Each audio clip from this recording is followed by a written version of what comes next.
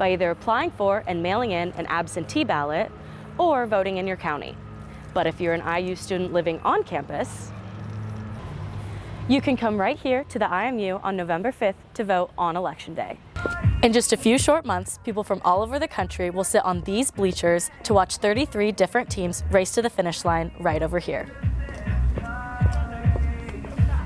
Locals are able to live affordably and in close proximity to downtown Bloomington. And starting in August, there will be 12 new living spaces right next door. You can practice all of these punches and dodging punches and many other things in the comfort of your own home. But there's also a mental preparation that comes with self-defense. That's right, I'm here at the Memorial Stadium where IU football is making history and setting records. Saturday, the Hoosiers beat Michigan State, making their record this year 9-0. Two students at Purdue University are leading the effort to expand the Indiana Lifeline law. They want to see legal protection for everyone involved in an underage drinking situation, not just the person that called. I reached out to the mother of an IU freshman who died in 2014 to talk about her crusade to strengthen the Lifeline law as well. She was beautiful physically. She was beautiful on the inside. I don't know, she was a complete package in my eyes. It was Rachel Feege's second day on campus when her mom got the call no mother ever wants to receive. Her daughter was in the ICU at a Bloomington hospital. I said, is she awake? And they said no. Angie Feege got there just in time to say goodbye. Rachel had opted to donate her organs. She went down toward the operating room where they were going to do the donation and watch the doors close, and that was it.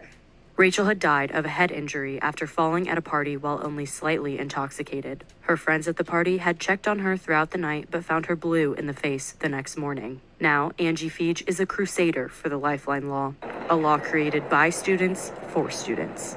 The goal of the law is to protect people underage who seek help on behalf of someone in drug or alcohol distress. It's as simple as calling 911, giving them any information they might need over the phone, staying with that person until police do arrive, and once they do arrive, cooperating with everyone on the scene.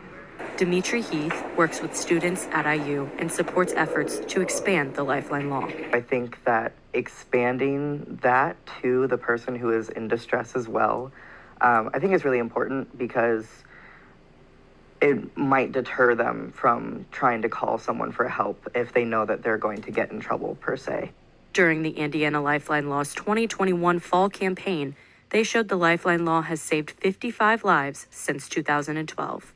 But at the same time, I think it would be good to cover everyone because ultimately we just want them to be safe and healthy. A sentiment echoed by a mother who missed milestones in the life of her daughter, who would be 30 years old had she survived. You don't have to experience college all in one day. Be smart. Call your mom if you need help. There is much more to Rachel's story that you can find at rachelsfirstweek.org.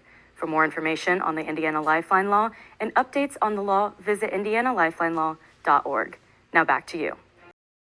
Fowler Pumpkin Patch is a family farm that has been in Bloomington for 55 years. The farm was passed down to Perry Fowler 15 years ago. We started this kind of as a joke, and here we are today. So hopefully it'll keep growing for the next generation. And now the pumpkins bring the most profit for the farm. The past few years, Fowler has hired a company to design their corn maze. They've done corn mazes in the design for breast cancer awareness, autism awareness, and the Humane Society. This year, Fowler wanted to pay tribute to Bob Knight.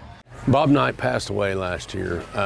People my age that grew up here in Bloomington, Bob Knight was the guy you wanted to play basketball for. The maze was designed by Precision Mazes based in Kansas by using drone and GPS technology.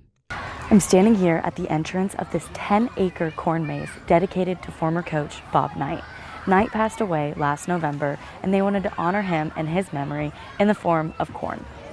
Fowler is donating a large portion of their profit from the maze to the Alzheimer's Foundation. During the 6 weeks they are open, Fowler opens up a beer garden, a new playground for kids, and last Saturday they had live music and a haunted hayride. Drew Stancombe has worked for Fallows for 2 years now.